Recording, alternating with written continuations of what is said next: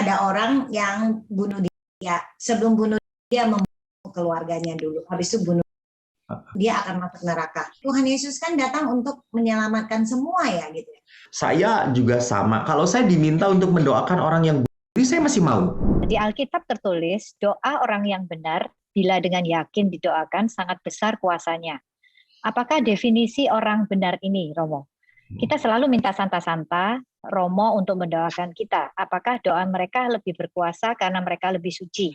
Atau karena mereka tahu berdoa sesuai kehendak Allah?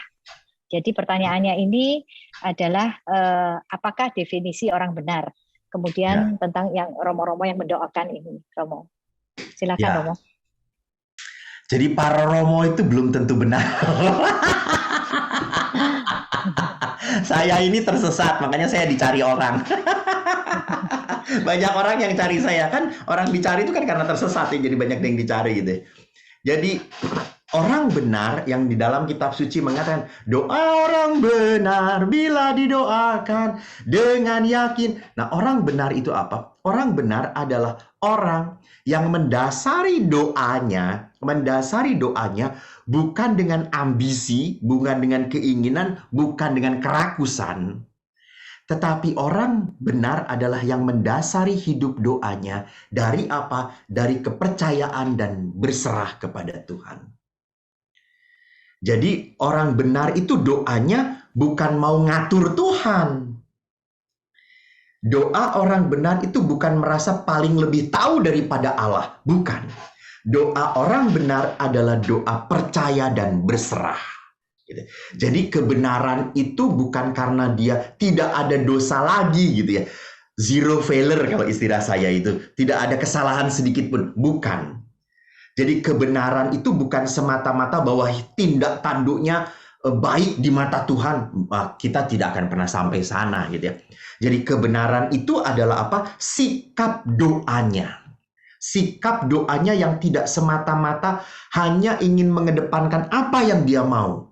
Tetapi dia mengedepankan, Tuhan, kami tahu bahwa Engkau lebih tahu daripada hidupku, daripada diriku. Maka kami boleh memohon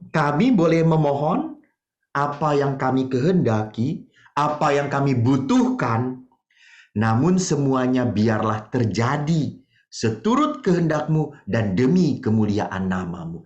Nah itu, jadi didaraskan, kebenaran itu didaraskan dari sebuah dasar doa yang benar. Gitu. Semoga menjawab. Romo, orang yang meninggal langsung dikremasi dan dilarung, apakah rohnya secepat itu masuk penghakiman Tuhan ya? Pertanyaannya susah sekali buat ini. Apakah rohnya langsung? Jadi kalau ibu lihat konsep dari kematian dalam gereja, bahwa pada saat manusia wafat dipanggil Tuhan, jiwanya itu langsung menghadapi pengadilan pribadi, gitu ya. Kan pengadilan pribadi.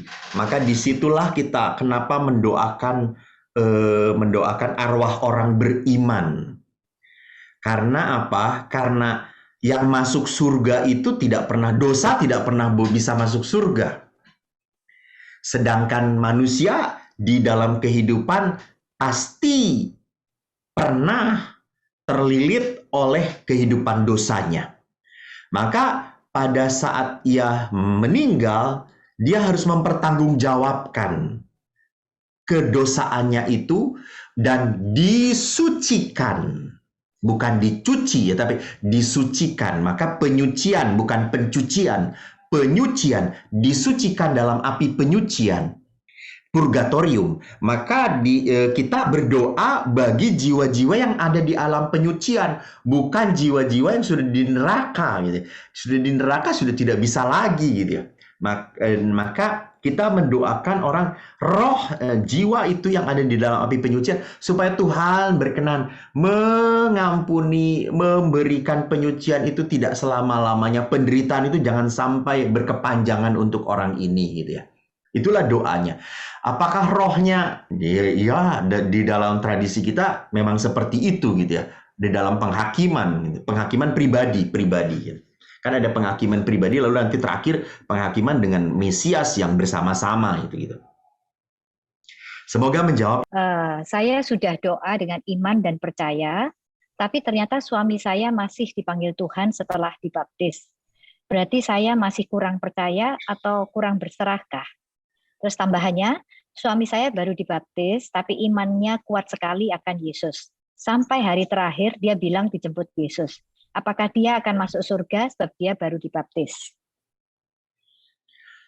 Dahsyat ya, syukur kepada Allah bahwa ibu mempunyai suami dipanggil oleh Tuhan di saat dia begitu baik.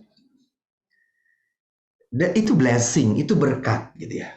Walaupun ibu mintanya bahwa suami tetap bersama dengan ibu, tapi Tuhan inginnya dia meninggal pada saat ia layak dan pantas.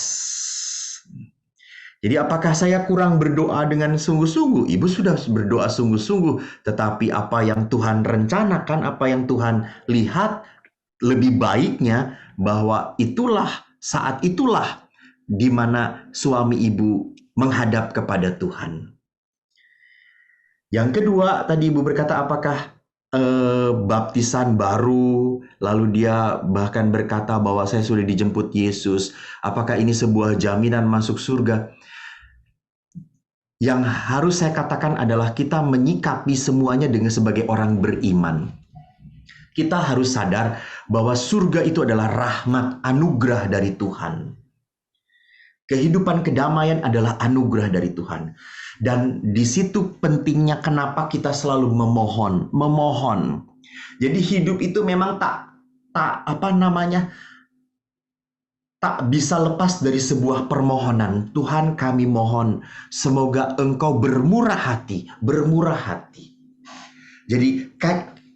Jadi permohonan yang dilandasi oleh dasar apa? Oleh dasar kemurahan hati Tuhan. Jadi saya itu bermohon kepada Tuhan bukan karena Tuhan itu adalah Allah yang sok, Allah yang angkuh, Allah yang keras. Bukan. Kita bermohon kepada Tuhan karena kita tahu bahwa Allah itu adalah Allah yang murah hati. Anda jangan bertanya, lah tuh Romo kalau Allah murah hati ya nggak perlu diberi, nggak perlu diminta pun, toh akhirnya dikasih aja toh kan Allah murah hati.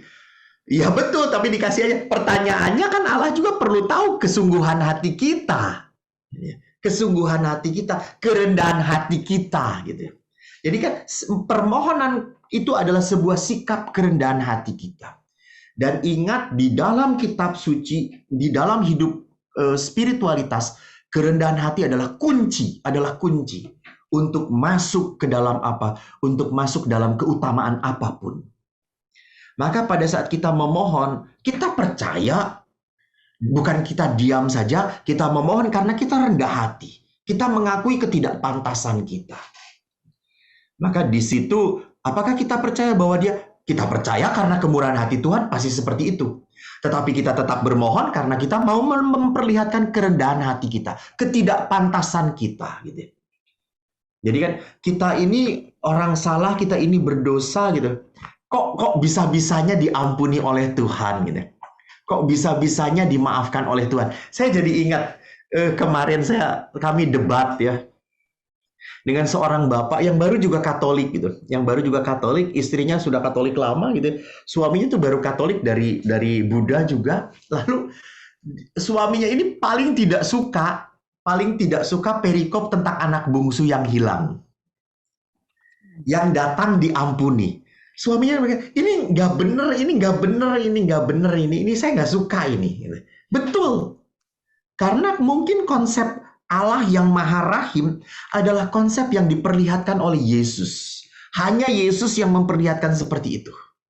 Kalau konsep lain kan dihukum dulu tuh si anak bungsu itu dihukum, baru nanti boleh diampuni. Tapi Tuhan tidak seperti itu konsepnya. Allah itu melihat pertobatan, kerendahan hati si bungsu, langsung menerima. Itu yang diperlihatkan oleh Yesus tentang Bapa kita. Terima kasih, semoga menjawab. Apakah jiwa yang sudah masuk ke neraka tidak bisa berubah status? Nggak bisa. Bagaimana, Romo? Nggak bisa, Nggak Bu. bisa ya? Mm. Oh, tidak bisa. Walaupun kita doakan, Romo? Nggak bisa didoakan kalau disuruh di neraka. Kita mendoakan Oh, orang yang di api-api penyucian, Bu, di mana-mana. Ya. Karena kerahiman Tuhan pun, nah itu kan karena kerahiman Tuhan, kemurahan hati Tuhan, kita percaya bahwa orang sejahat apapun kan pasti pernah punya kebaikan. Maka disitulah para santo-santa, terutama Santa Faustina. Santa Faustina adalah seorang santa yang sangat meminta orang-orang untuk mendoakan jiwa-jiwa di api penyucian, supaya tidak jatuh ke dalam neraka. Jadi supaya tidak berkepanjangan gitu. Maka kalau orang sudah fail gagal banget masuk ke neraka, berarti ya tidak bisa diselamatkan kembali gitu. Yang di api penyucian kita bisa mohon, dan itu yang didoakan oleh kita. sorry. Baik, terima Romo. kasih. Saya boleh nanya lebih jauh, Romo? Jangan di situ aja, jangan jauh-jauh. Romo dulu begini, misalnya gini, ada orang yang bunuh dia, sebelum bunuh dia membunuh keluarganya dulu, habis itu bunuh. Saya suka berpikir bahwa dia akan masuk neraka, gitu ya. Saya suka berpikir begitu gitu. Jadi saya doain terus sih Romo gitu. Tapi saya jadi tadi karena Romo bilang kalau sudah masuk neraka nggak bisa berubah status, saya kok merasa kayak Tuhan Yesus kan datang untuk menyelamatkan semua ya gitu. Saya terasa dia juga mungkin out of, ya saya nggak bisa mengerti gitu, tapi pasti ya seperti Romo bilang, pasti dia ada sesuatu melakukan yang baik sebelum hidupnya, sebelum dia mengakhiri hidupnya gitu. Itu jadi membuat saya sendiri berpikir saja gitu. Jadi saya kayaknya doain terus, tapi kok kayak saya lihat kalau udah di neraka gimana ya gitu, masa nggak ada belas kasih gitu untuk dia gitu. Ibu salah konsep. Ibu taunya bahwa dia di neraka bagaimana? Ibu yang meletakkan dia di neraka, bukan Tuhan. Jadi ibu yang meletakkan dia di neraka. Jadi letakkan dia di api penyucian. Pada saat ibu meletakkan dia di api penyucian, ibu selalu bisa berharap, selalu bisa berdoa bagi jiwa ini. Dan betul, saya juga sama. Kalau saya diminta untuk mendoakan orang yang bunuh, saya masih mau. Saya malah datang. Tapi kalau misa memang tidak diperkenankan ya, kalau dalam gereja Katolik itu aturannya gitu ya, di dalam aturannya. Tetapi untuk berdoa saya tetap. Artinya apa? Tuhan, saya mohon, dia begitu putus asa, dia kehabisan rasa kepercayaan. Mungkin karena terlalu banyak penderitaan dalam hidup dia. Sehingga dia tidak bisa melihat lagi, tidak bisa melihat lagi cercah-cercah kebaikan. Saya tetap mendoakan semoga engkau berbelas kasih. Gitu. Saya tidak menempatkan dia di dalam neraka. Toh Tuhan pun tidak pernah menempatkan dia langsung ke dalam neraka, gitu ya. Jadi lihat, jangan selalu menjadi hakim. Gitu ya. Yesus belum datang sebagai hakim loh. Belum datang loh. Itu nanti datang yang kedua. Yesus itu datang untuk menyelamatkan. Sampai sekarang. Keselamatan itu tidak berhenti. Sampai sekarang. Maka keselamatan pun masih terjadi untuk orang-orang yang meninggal. Ya, selama dia didoakan oleh kita. Maka percayalah pada saat Anda mendoakan, walaupun dia menghabisin orang-orang yang dia cintai, dan dia akhirnya begitu kecewa dan bunuh diri, kita mendoakan mohon rahmat belas kasih Tuhan. Penting sekali, butuh sekali orang yang seperti itu. Semoga menjawab. Apakah abu orang mati yang dilarung ke laut atau sungai boleh ditabur atau harus dimasukkan ke dalam guci, Romo? Yang kedua, sekarang yang kedua. Yang kedua sekalian ya, Romo. Tidak, bukan. Bukan. Oh, yang kedua yang dimasukkan ke dalam guci. Iya, benar. Jadi gereja tidak menyarankan lagi untuk ditabur, gitu ya, dimasukkan ke dalam guci. Itu diperbolehkan. Masih diperbolehkan. Romo agar doa cepat dikabulkan bagaimana, Mo?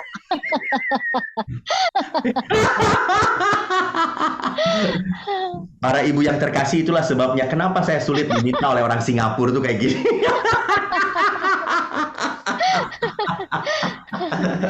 Maunya instan ya, Romo.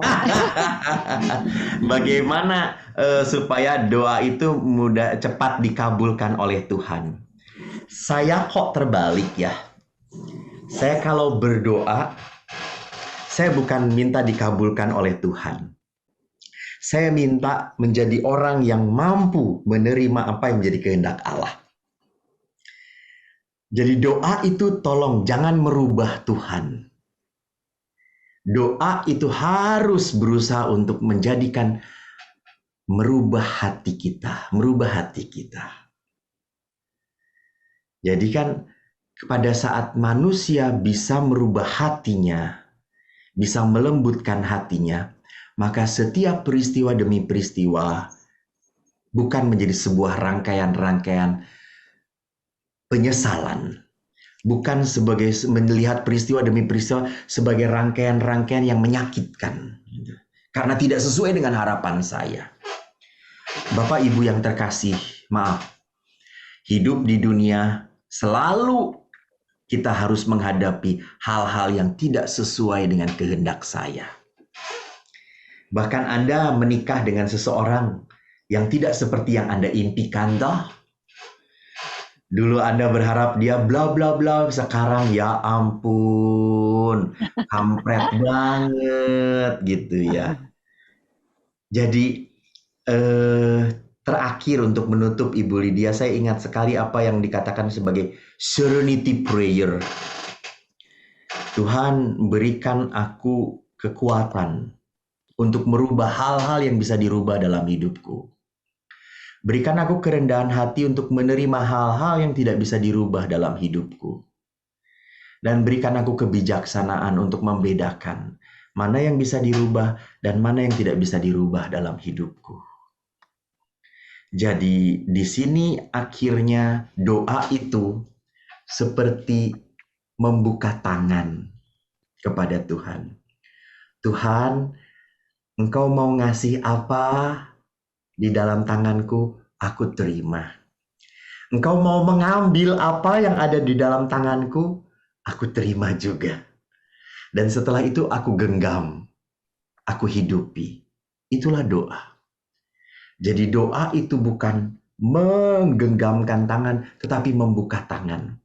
Kita berani menerima kalau Tuhan memberi sesuatu.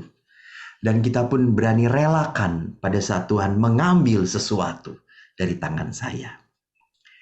Jadi kalau Anda bertanya apa yang membuat supaya doa cepat dikabulkan, jawaban konyol saya adalah, jadilah Anda sebagai Tuhan. Terima kasih. Tuhan memberkati.